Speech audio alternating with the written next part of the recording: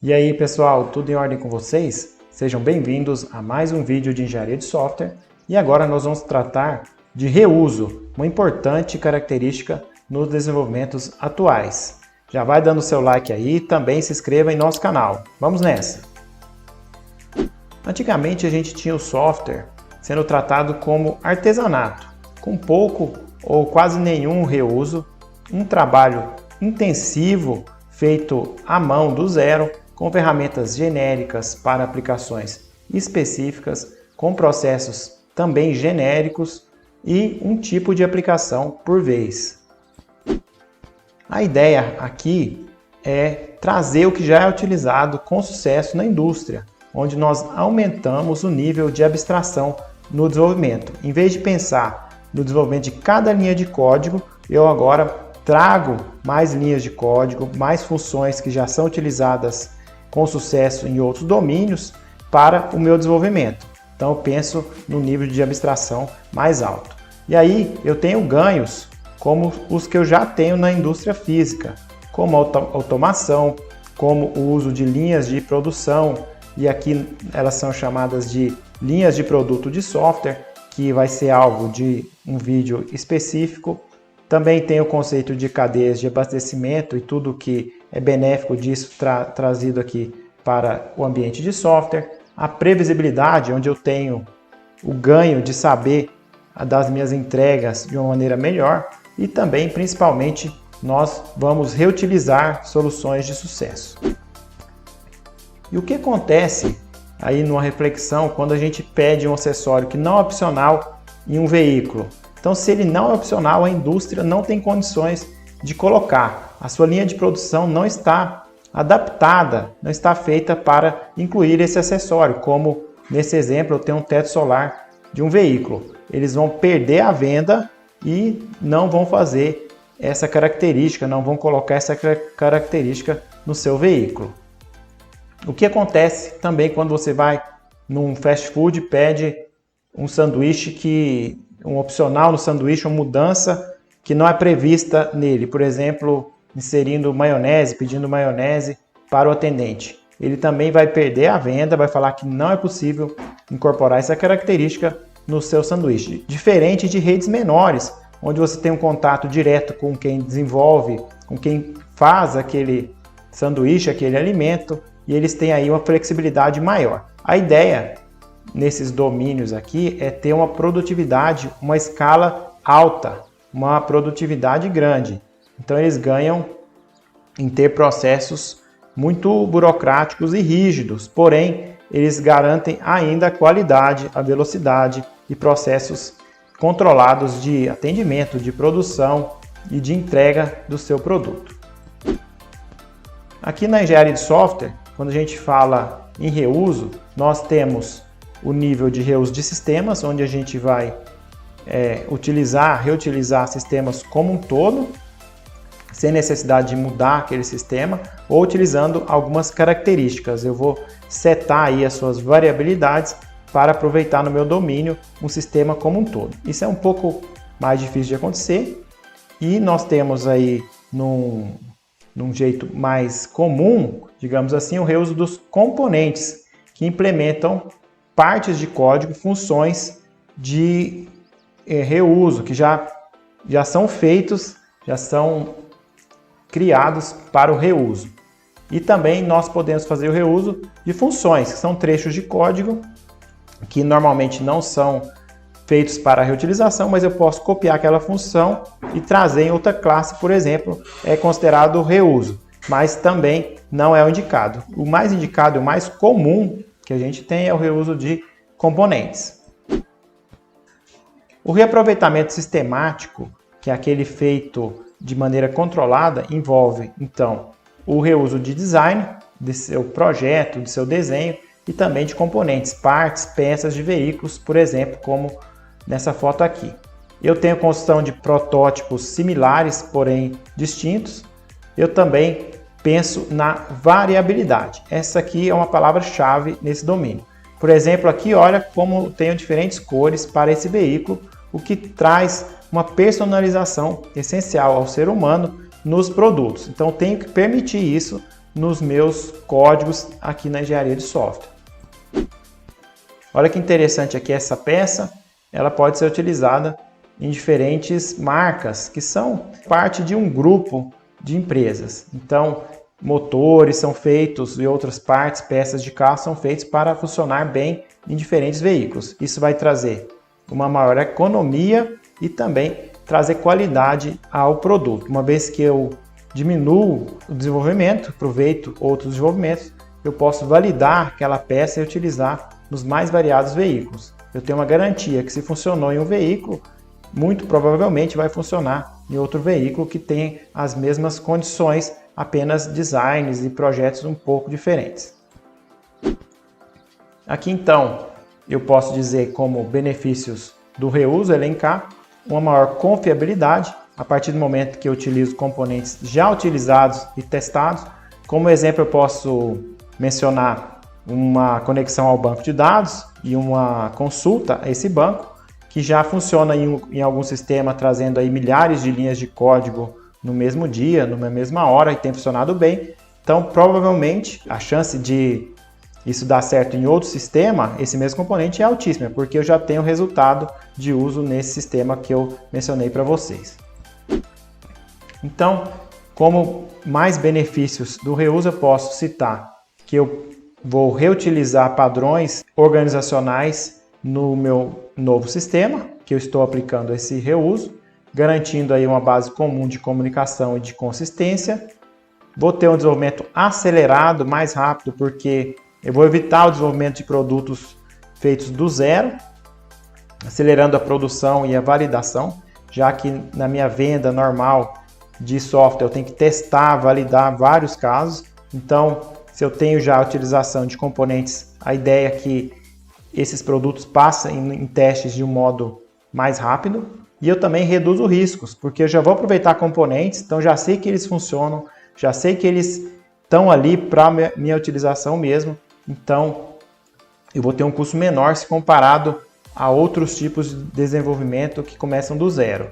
E também vou aproveitar o conhecimento de especialistas que estão embutidos em cada componente. Quais são então problemas do reuso? Será que existem ou são só benefícios? O que vocês acham? Existem problemas sim, claro, em tudo nós temos problemas e aqui não é diferente.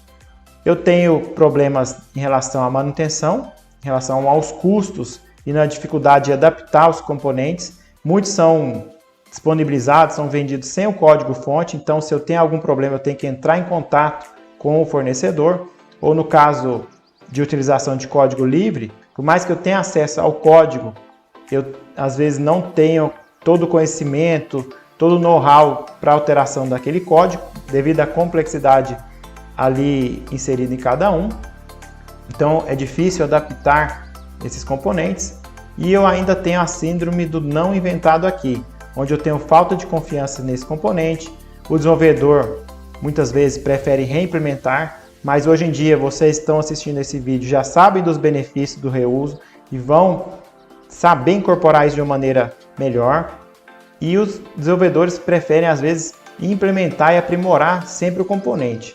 Mas a gente tem que ter a noção que a gente não sabe tudo, que a gente não desenvolve tudo rápido como a gente gostaria. Então a gente tem que aceitar essas soluções, digamos, externas, já validadas, e incorporar isso no nosso desenvolvimento e ter aí os benefícios nas nossas organizações. Para a gente reutilizar componentes, a gente tem que ter acesso a bibliotecas ou repositórios de componentes.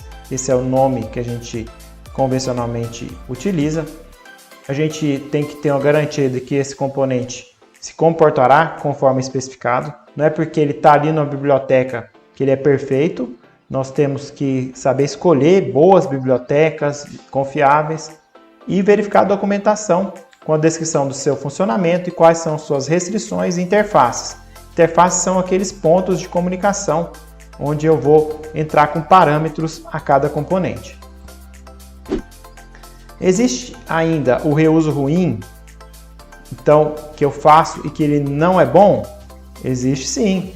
Exemplo, replicando código, copiando e colando o código em vários pontos, sem chamar o componente, sem chamar funções.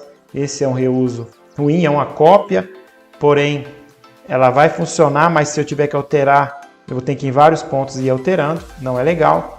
E utilizando códigos não testados e com problemas, eu vou inserir bugs, inserir problemas no meu código. Então estou reutilizando problemas, o que não é indicado. O indicado é utilizar soluções validadas e testadas. A implantação do reuso envolve a criação de componentes reutilizáveis. Eu tenho que preparar isso para o reuso, inserindo aí a variabilidade necessária, incluir atividades relativas ao reaproveitamento no meu método, na minha metodologia de desenvolvimento, selecionar as ferramentas necessárias que comportam esse tipo de desenvolvimento e ter um compromisso gerencial e aceitação desse tipo de desenvolvimento, realizando ainda análise de domínio. O que seria essa análise? É o processo de aquisição de conhecimento referente a determinado assunto. Então, antes eu tinha uma análise de um problema, de um caso, de um sistema, agora eu tenho que analisar de um modo mais geral. E essa análise é chamada de análise de domínio, capturando detalhes da experiência de negócio e também experiência de especialistas, definindo vocabulário, que são palavras da área, e também criando vocabulário, um glossário que vai ter esses termos do meu vocabulário e os seus significados. Criando artefatos reutilizáveis, eu produzo software e produtos preparados para o reuso.